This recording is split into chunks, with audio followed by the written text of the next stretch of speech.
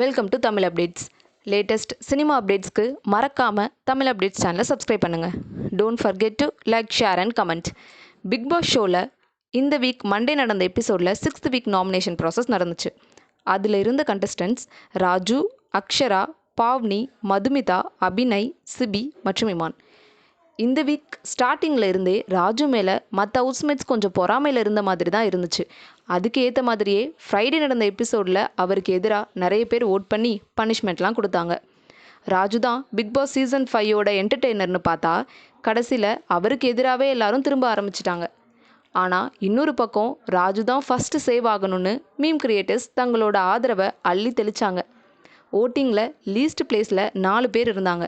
அவங்க அபிநய், பாவ்னி, இமான் மற்றும் மதுமிதா தான்.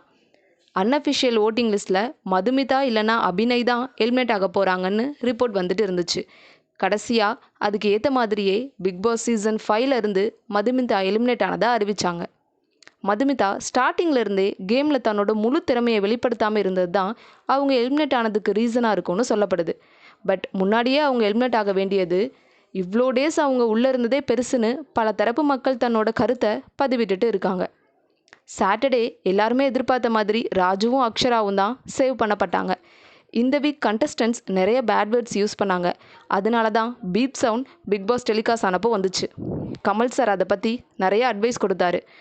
அது மட்டும் இல்லாமல் பொம்மை டாஸ்க் பற்றியும் டிஸ்கஷன் நடந்துச்சு. இது மாதிரி நிறைய தமிழ் சினிமா அப்டேட்ஸ்க்கு மறக்காமல் நம்ம சேனலை சப்ஸ்கிரைப் பண்ணுங்கள். எங்கள் வீடியோஸ் உங்களுக்கு பிடிச்சிருந்தா லைக் பண்ணுங்கள். Don't forget to like, share and comment.